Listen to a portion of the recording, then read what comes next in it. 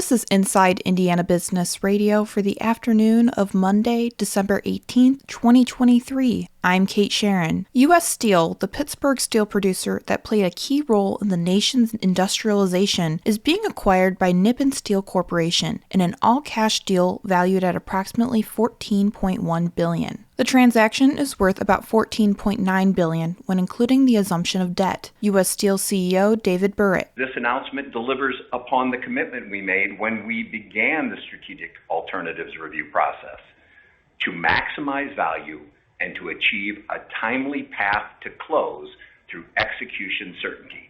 The price tag for U.S. Steel is nearly double what was offered just 4 months ago by rival Cleveland-Cliffs. U.S. Steel, which rejected that offer, confirmed the offering price from Nippon early Monday. U.S. Steel will keep its name and its headquarters in Pittsburgh, where it was founded in 1901 by J.P. Morgan and Andrew Carnegie. Nippon said it will also honor all collective bargaining agreements in place with the United Steelworkers and other employees, and is committed to maintaining its relationship with workers.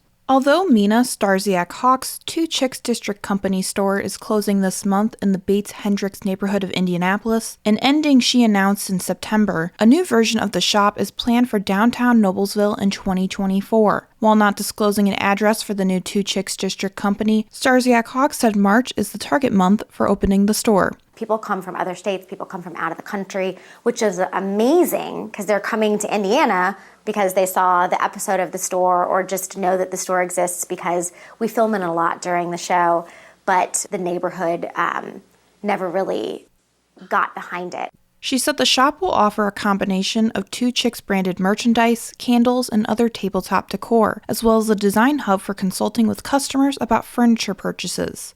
During next year's total solar eclipse, the Vincennes University campus is in the path of totality, with one of the largest periods of darkness in the state. The college is hosting a number of events for the hordes of tourists expected in the region. Several events are planned, including family-friendly educational and comedy events. The eclipse begins in Vincennes at 1:46 p.m., maximum coverage starts at 3:04 p.m., and ends at 4:20 p.m. From the number one source for Indiana business news, this is Inside Indiana Business Radio.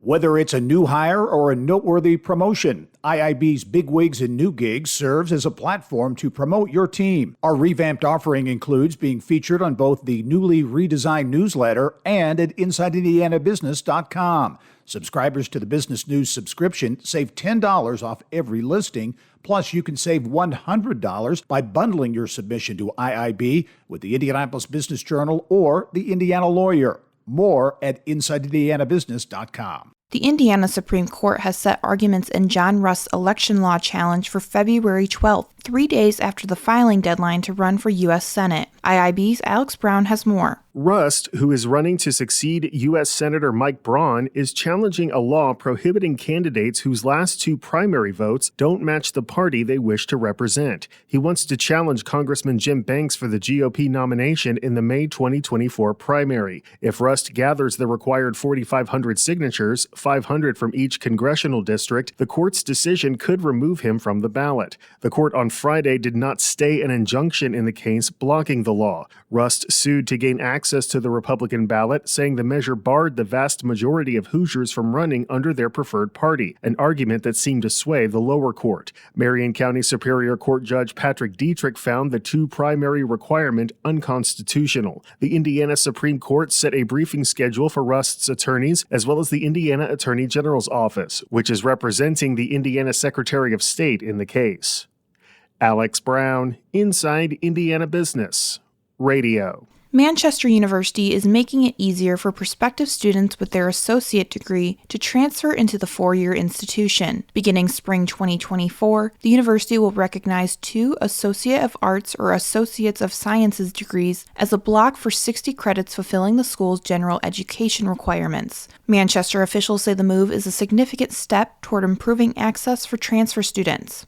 A subsidiary of Fort Wayne-based Franklin Electric Company Incorporated has acquired a manufacturer based in Cape Coral, Florida. Financial terms of the Franklin Water Treatment LLC's purchase of Action Manufacturing and Supply Incorporated are not being disclosed. Action is a manufacturer and wholesale distributor of residential water conditioning, filtration, and indoor and outdoor aeration systems. The company has 3 locations in Florida and 1 in North Carolina. It was not specified if any jobs would be affected by the deal. Novartis says its $100 million cutting-edge Indianapolis facility to manufacture the new nuclear medicine Pluvicto is on the cusp of opening, and the drug's genesis belongs to Purdue University's Presidential Scholar for Drug Discovery, Dr. Philip Howe, a serial entrepreneur and industry icon. Novartis picked Pluvicto when it purchased Howe's Purdue-based startup Endocyte in 2018 for $2 billion, and never lost interest in Indiana and its pharmaceutical prowess. Now nearing its debut, the plant is even bigger than originally planned, based on an explosion of demand for a drug discovered and soon to be made in Indiana. The new facility, located adjacent to Indianapolis International Airport, is only the second U.S. location producing radioligand therapies for the Switzerland-based pharmaceutical giant. Built from the ground up to produce RLTs, the plant is being billed as Novartis' flagship facility, with room to grow as more greenfields are on the property.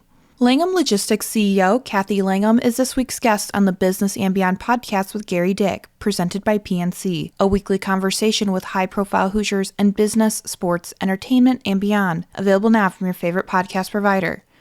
I'm Kate Sharon for Inside Indiana Business, Radio on Demand.